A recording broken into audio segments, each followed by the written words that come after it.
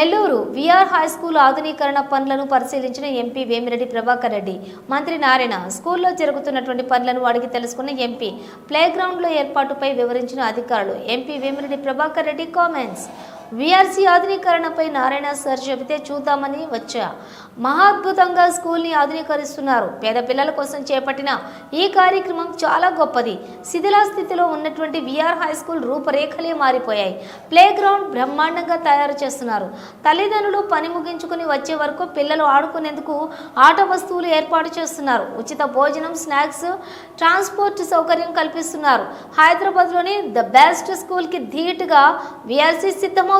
2000 మంది పేద పిల్లలకు కార్పొరేట్ విద్య ఉచితంగా అందించడం సామాన్య విషయం కాదు. స్కూల్ నిర్వహణ మంత్రి నారాయణ బాధ్యతగా తీసుకున్నారు.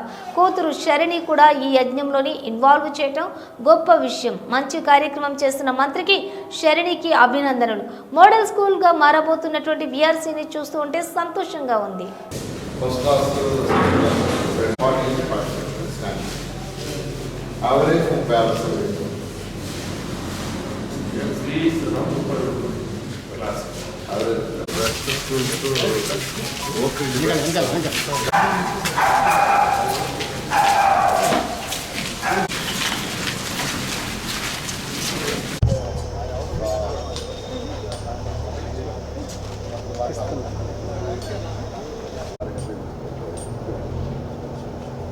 పిల్లల పేరెంట్స్ అంతా బయట ఎక్కువగా వాళ్ళు వచ్చేటప్పటికి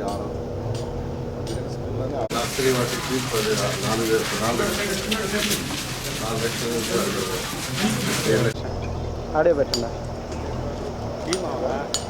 చేస్తున్నామా.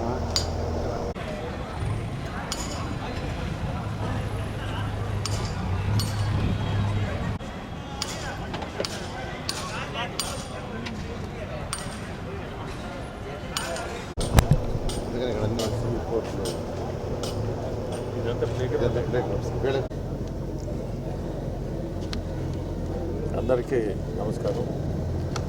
ఈరోజు ఇప్పుడే మహానాడు, జిల్లా మహానాడు పూర్తి చేసుకుని వస్తున్నాం. అద్భుతమైన కార్యక్రమం.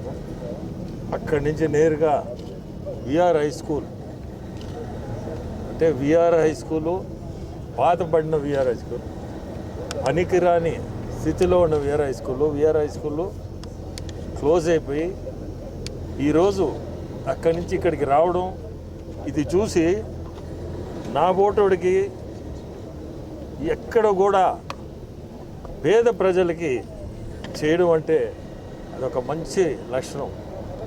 ఈరోజు నారాయణ సారు అక్కడ నాకు ఇట్లా స్కూల్లో ఒకటి మనం కంప్లీట్ అంతా రీమోడల్ చేసి ఓక్ రిడ్జ్ స్టాండర్డ్లో, ఓక్ రిడ్జ్ అంటే హైదరాబాద్లో one of the best schools, ఆ స్టాండర్డ్లో నెల్లూరులో పేద ప్రజలకి చదువు ఇవ్వాలా అనే ఒక కార్యక్రమం. సో సరే అని చెప్పి నేను వచ్చాను, చూశాను. ఇది చూస్తే స్కూలు సరే, అసలు ఆ రూమ్లో, క్లాస్ రూమ్లు అన్నీ బ్రహ్మాండంగా చేస్తున్నారు. దాంట్లో మళ్ళీ లాన్స్ కానీ అన్నీ కూడా చాలా బాగా చేశారు. అన్నిట్లకంటే ముఖ్యమైనది దీని ముందు ఇప్పుడు ఈ గ్రౌండ్ని తయారు చేస్తున్నారు, ప్లే గ్రౌండ్. ఈ ప్లే గ్రౌండ్ కాన్సెప్ట్ ఏంటంటే, ఈ పేద పిల్లలు వాళ్ళ తల్లిదండ్రులు రోజు కూలి మీద ఇల్లు వదిలిపెట్టేసి పోయి సాయంత్రానికి వచ్చే టైంకి ఈ పిల్లలు ఇంటికి పంపించినా ఎవరు ఉండరు, కూలికి పోయేవాళ్ళు పిల్లకాయలు వీళ్ళంతా, అటువంటి వాళ్ళు చదివేయాలని కోరిక. సో ఈ గ్రౌండ్ కూడా తయారు చేసి వాళ్ళ పిల్లల పేరెంట్స్ 6కి వస్తారో, 5కి వస్తారో, 6కి వస్తారో, అప్పుడు దాకా ఏదో వాళ్ళని ఖాళీగా ఇంటికి పంపించలేకుండా ఇక్కడనే ఈ ప్లే గ్రౌండ్ ఒకటి తయారు చేసి వాళ్ళని ఆ టైంకి ఇంటికి చేరేటట్టుగా ట్రాన్స్పోర్ట్ ప్రొవైడ్ చేస్తున్నారు. Free transport, morning breakfast, snacks అన్నీ కూడా మొత్తం ఫ్రీ ఆఫ్ కాస్ట్. సార్ వాళ్ళ అంటే రెస్పాన్సిబిలిటీ కూడా ఉండాలి. చేయడం వదిలేయడం అనేది కాదు, రెస్పాన్సిబిలిటీ అనే దానికి ఆయన సొంత చిన్న కూతురు శరణిని ఇన్వాల్వ్ చేసి పెడుతున్నాడు. అది కూడా ఒక మంచి, ఎందుకంటే మన రెస్పాన్సిబిలిటీ చేసేసి వదిలేయడం అంటే రెస్పాన్సిబిలిటీ కాదంట. బట్ ఇంట్లో మనిషినే రెస్పాన్సిబుల్గా పెడుతున్నా అంటే పేద పిల్లలకి అంత శ్రద్ధ తీసుకొని చేయడం అంటే చాలా గొప్ప విషయం. నాకు కూడా ఇటువంటి కాన్సెప్ట్స్ బాగా నచ్చుతాయి. ఎందుకంటే మనం ఈరోజు సార్ పరిస్థితి, ఎంతోమంది లక్షల మంది చదివిస్తున్నారు, అక్కడ వేరు.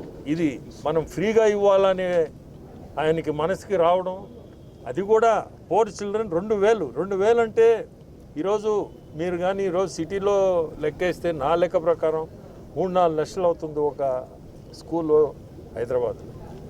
3-4 లక్షలు ఒక 2,000 మంది అంటే మీరే ఊహించుకోండి అది ఎటువంటి కార్యక్రమం. సో చాలా గొప్ప విషయం ఇది, గొప్ప కార్యక్రమం కూడా. ఇది కూడా నా బోటోడికి చాలా నచ్చుతాయి. ఈరోజు ఇక్కడికి రావడం, ఆ కార్యక్రమం తర్వాత ఇది చూడడం చాలా సంతోషం. సార్ చిన్న కూతురు శరణికి, నారాయణ సార్కి ఇద్దరికి కూడా ధన్యవాదాలు. చాలా మంచి కార్యక్రమం సార్. ఇంకా కూడా ముందుకి మీరు ఎన్నో చేయాలని కోరుకుంటూ సెలవు తీసుకుంటాం.